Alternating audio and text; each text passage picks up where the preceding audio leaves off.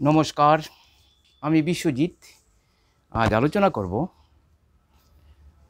ত্রিপুরার রাজনীতিতে উদীয়মান আদিবাসীদের রাজনৈতিক দল মথার ভবিষ্যৎ। বর্তমান ত্রিপুরা আদিবাসী সমাজে মথা রাজনৈতিক দলের ব্যাপক প্রভাব। 2023 বিধানসভাতে মথা রাজনৈতিক দল 13টি বিধানসভা সিট দখল করে। তাদের রাজনৈতিক মূল ইস্যু ছিল গ্রেটার ত্রিপুরাল্যান্ড, মানে বৃহত্তর আদিবাসীদের নিয়ে ত্রিপুরা রাজ্য গঠন করা। যে এডিসি আছে তার সীমানা বৃদ্ধি করে একটা বৃহত্তর ত্রিপুরাল্যান্ড গঠন করা। 2023 নির্বাচনে বিজেপি এককভাবে সংখ্যাগরিষ্ঠতা লাভ করে এবং বছরখানেক আগে বা মাস 6 মাস 2023 শেষার্ধে, ইলেকশনের এবছর শেষার্ধে 2024 মধ্যার্ধে মথা আবার বিজেপির সরকারে কোয়ালিশন সরকারের পার্টনার হয়ে যায়। কিন্তু নির্বাচনের সময় তাদের মূল স্লোগান ছিল anti BJP, anti Congress, anti CPM. এখন প্রশ্ন, মথার যে ত্রিপুরাল্যান্ড ইস্যু নিয়ে যে নির্বাচনে দাঁড়িয়েছিল, প্রপাগান্ডা করেছিল, এখন মথার যে নেতা প্রদ্যুৎ কিশোর দেববর্মা দিল্লিতে গিয়ে অমিত শাহর সঙ্গে দেখা করেছেন এবং বলেছেন ওদের অনেক দাবিগুলো মেনে নিয়েছে। কিছুদিন আগে, গতকাল না পরশুদিন, তিনি পেপারে বিজ্ঞাপন দিয়েছেন বা পেপারে মন্তব্য করেছেন যে মথার দাবিগুলো যদি সেন্ট্রাল গভর্নমেন্ট পালন না করে তাহলে ওরা উইথড্র করে নেবে, যাতে তাদের উইথড্রতে বিজেপি সরকারের পতনের কোনো সম্ভাবনা নেই, কারণ বিজেপি এককভাবে সংখ্যাগরিষ্ঠতা অর্জন করেছে। এখন মথার যে রাজনীতির উত্থান, এই উত্থানের যদি প্রেক্ষাপট আলোচনা করি, তার উপজাতি রাজনীতির পূর্বের ইতিহাস আমাকে আলোচনা করতে হবে। ত্রিপুরার যে ডেমোগ্রাফিটা স্বাধীনতার দেশভাগের পর পরিবর্তন হয়ে যায়। এখানে ত্রিপুরীরা সংখ্যাগরিষ্ঠ ছিল।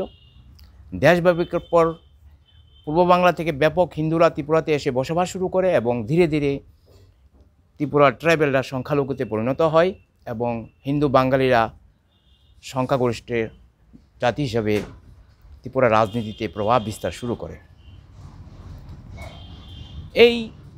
এবং ট্রাইবেল উপজাতি সমাজের মধ্যে একটা ডিমান্ড হচ্ছে আমাদের ভূমি, আমাদের ভাষা, আমাদের সংস্কৃতি অবলুপ্তির পথে বাঙালির আধিপত্যের কারণে।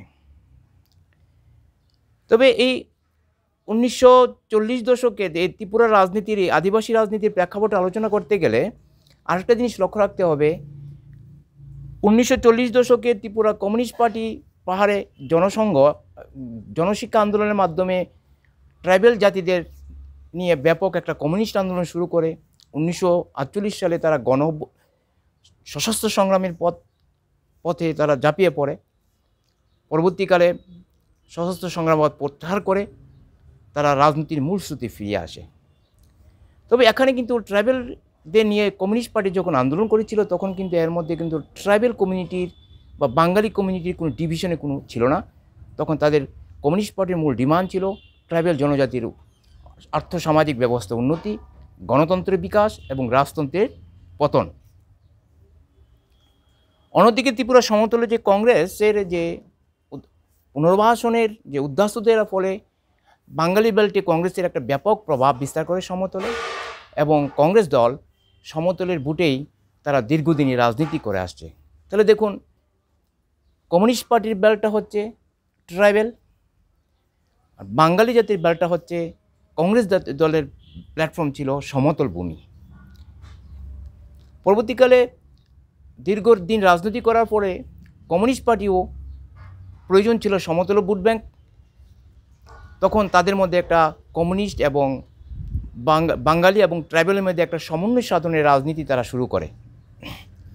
পাহাড়ি অঞ্চলে একরকম পলিসি, অ্যান্টি বেঙ্গলি পলিসি নিয়েছে, আবার শহর অঞ্চলে সমতল ভূমিতে আবার বাঙালির একটা সেন্টিমেন্ট নিয়েছে। যাই হোক, এটা হচ্ছে ত্রিপুরা রাজনীতির কমিউনিস্ট পার্টির জনশিক্ষা আন্দোলন, ট্রাইবেল ভোট ব্যাংকে, সমতলে কংগ্রেসের রাজনীতি, সমতল উদ্বাস্তুদের নিয়ে।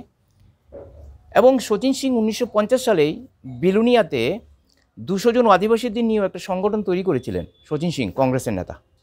তো কংগ্রেসেরও ট্রাইবেল ভোট ব্যাংকের প্রয়োজন ছিল তখন। তাহলে দেখুন, 1950-এর রাজনীতিতে জনশিক্ষা আন্দোলন, সশস্ত্র সংগ্রাম, তখনও কিন্তু ট্রাইবেলদের মধ্যে কিন্তু অ্যান্টি বেঙ্গলির মুভমেন্টের কোনো তখন এত প্রভাব ছিল না। কমিউনিস্ট পার্টি অ্যান্টি বেঙ্গলি ছিল না, কংগ্রেসের মধ্যেও অ্যান্টি ট্রাইবেল ছিল না, কারণ আদিবাসীদের নিয়ে কিন্তু শচীন সিংও একটা সংগঠন তৈরি করেছিল 1950-এ। যা হোক,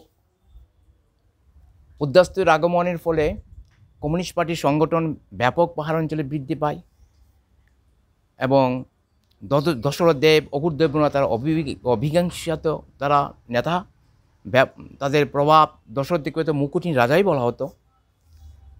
কিন্তু 1966-এ টিউজিএস নামে শ্যামাচরণ ত্রিপুরা দাও কমিউনিটির নেতৃত্বে আরেকটা কমিউনিস্টের পাল্টা একটা অর্গানাইজেশন গড়ে উঠেছে। তারা ককবরক ভাষা, ট্রাইবেলের এডিসি, ট্রাইবেল এরিয়াতে অটোনোমাস ডিস্ট্রিক্ট কাউন্সিলের দাবিতে তারা একটা পাল্টা কমিউনিস্টের সংগঠন তৈরি করে। তো টিউজিএসের 1966-এ প্রথম শুরু হয় একটা political movement anti communist tribal এরিয়াতে, যার নেতৃত্বে ছিলেন দশরথ দেব। পরবর্তীকালে তার নেতৃত্বে শ্যামাচরণ ত্রিপুরা দাও কমিউনিটি। 1960-এর পর টিউজিএসের সঙ্গে কমিউনিস্টের পাল্টা টিউজিএসের পর কমিউনিস্ট পার্টি ত্রিপুরাতে ক্ষমতা আসে 1978-এ। তখন টিউজিএস ব্যাংকে নতুন আরেকটা রাজনৈতিক দল গঠন করে টিএনবি, সে বিজয়রাঙ্কলের নেতৃত্বে। তাহলে বিজয়রাঙ্কল তখন সশস্ত্র সংগ্রামের পথ অবলম্বন করে। বিজয়রাঙ্কল দাবি করে যে আমরা স্বাধীন ত্রিপুরা চাই। তখন আরেকটা ত্রিপুরাতে একটা স্যাংক্রাক, আরেকটা অ্যান্টি বেঙ্গলি একটা মুভমেন্ট ছিল ত্রিপুরাতে, স্যাংক্রাক। 1950 দশকে স্যাংক্রাক। তো 1950 দশকে অ্যান্টি বেঙ্গলি ট্রাইবেলদের মধ্যে ছিল স্যাংক্রাক। টিউজিএস গঠিত হয়েছে 1966 সালে। পরবর্তীকালে টিএনবির নেতৃত্বে, বিজয়রাঙ্কলের নেতৃত্বে গঠিত হয়েছে সশস্ত্র সংগ্রাম টিএনবি। তার বিজয়রাঙ্কলের দল আবার ভেঙে 1989-এ তৈরি হয়েছে এনএলএফটি এবং 1990-তে তৈরি হয়েছে এনএলএফটি ভেঙে তৈরি হয়েছে এটিটিএফ। 1980 দশকে আরেকটা ছিল ত্রিপুরাতে, এটা ছিল অল ত্রিপুরা লিবারেশন অর্গানাইজেশন। এটা বিয়ন্ত জমাতিয়ার নেতৃত্বের একটা অর্গানাইজেশন ছিল। তো এই দেখুন, ত্রিপুরার উগ্রবাদ এবং কমিউনিস্ট পার্টির প্যারালাল আরেকটা কতগুলো রাজনৈতিক সংগঠন। তাহলে কি উগ্রপন্থী সংগঠন ছিল all Tripura liberation organisation, Biyanta Jamatia, ATTF, NLFT, TNV. এগুলো ত্রিপুরার সশস্ত্র সংগ্রাম করছে স্বাধীন ত্রিপুরার জন্য। তার পরবর্তীকালে আমরা দেখতে পাই যে এই ক্রোনোলজিক্যালির মধ্যে আমরা দেখতে পাই 1966 সালে অ্যান্টি কমিউনিস্টের নেতৃত্বে গঠিত হয়েছিল শ্যামাচরণ ত্রিপুরাতে টিউজিএস, তারপর টিউজিএস ব্যাঙে টিএনবি ব্যাঙে 90 দশকে আইএনপিটি ব্যাঙে আইপিএফটি ব্যাঙে এখন নতুন জন্ম নিয়েছে ত্রিপুরা মাথা।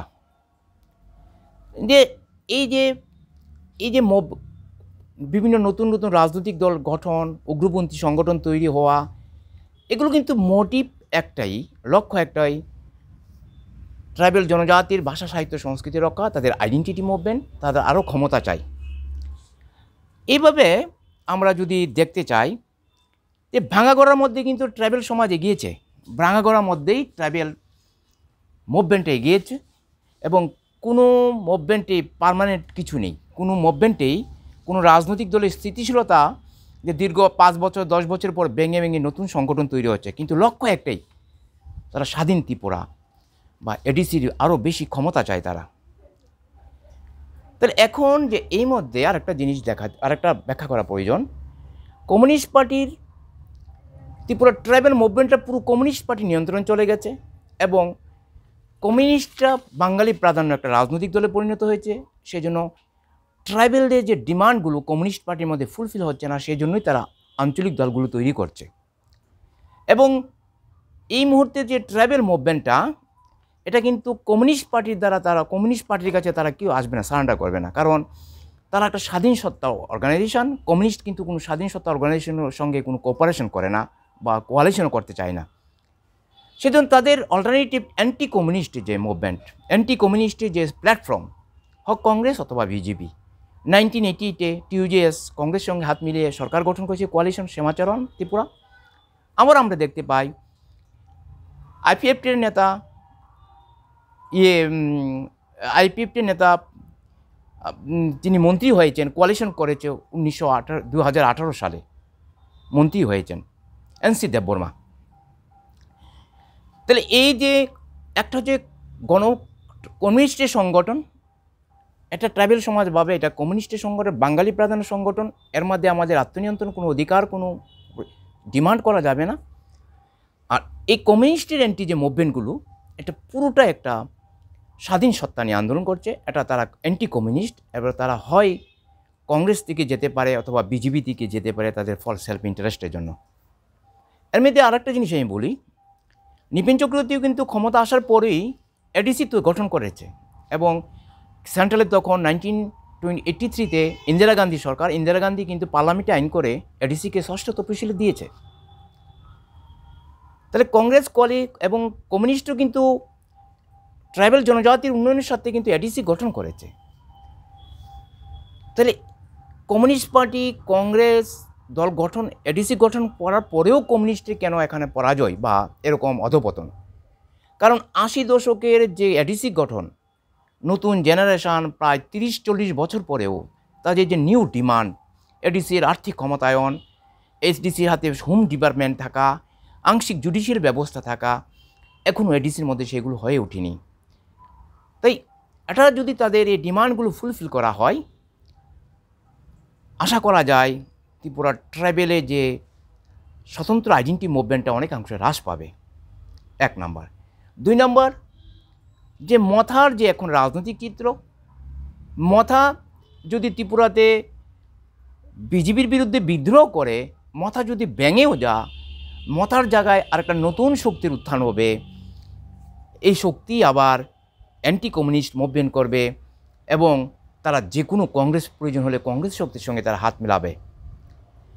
তাহলে দীর্ঘ 50 বছর স্বাধীনতার পরবর্তীকালে যে সাংকরা, টিউজিএস, আইএনপিটি, টিএনবি, আইএনপিটি, আইপিএফটি, এই যে ক্রনোলজি ভাঙা গড়ার মধ্যে ট্রাইবেল মুভমেন্টে এগিয়ে চলছে, নতুন জেনারেশন হাত ধরে এগিয়ে চলছে।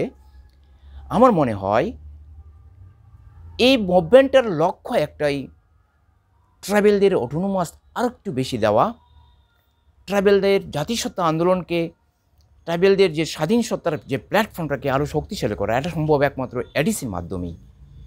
তাই বিজেপি গভর্নমেন্ট হোক, কংগ্রেস গভর্নমেন্ট হোক, যদি এডিসির মাধ্যমে তাদের এই সত্তাগুলো, তাদের যে ডিমান্ডগুলো পরিপূর্ণ করা যায়, মনে হয় ত্রিপুরাতে রিজনাল আইডেন্টিটি পার্টির অনেকাংশ হ্রাস পাবে বা উগ্রবাদের পরিমাণটা কমবে এবং ট্রাইবেল মুভমেন্টটা অনেক সীমিত হবে।